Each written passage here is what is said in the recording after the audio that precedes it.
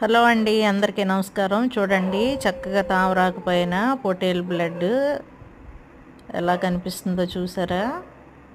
ఈరోజు సండే కదా, ఈ పొటేల్ బ్లడ్ తీసుకురావడం జరిగింది.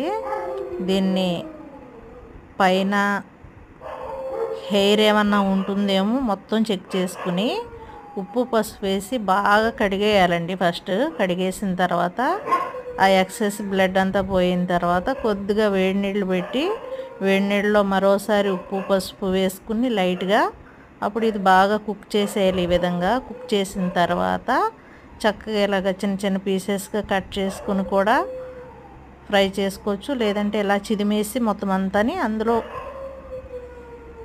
అన్ని ఇంగ్రీడియంట్స్ వేసి చక్కగా ఫ్రై చేసుకోవచ్చు. ఇది చపాతీలోకి చాలా బాగుంటుందండి. ఇది బ్లడ్ పడుతుంది అంటారు ఇది తినడం వల్ల. ఈ విధంగా బాగా క్లీన్గా ఉన్నది మాత్రం తీసుకుని చక్కగా ఈ విధంగా కుక్ చేసుకోవచ్చు. ప్లీజ్ సబ్స్క్రైబ్ అవర్ ఛానల్ అండి. Thank you so much to all my viewers and subscriber.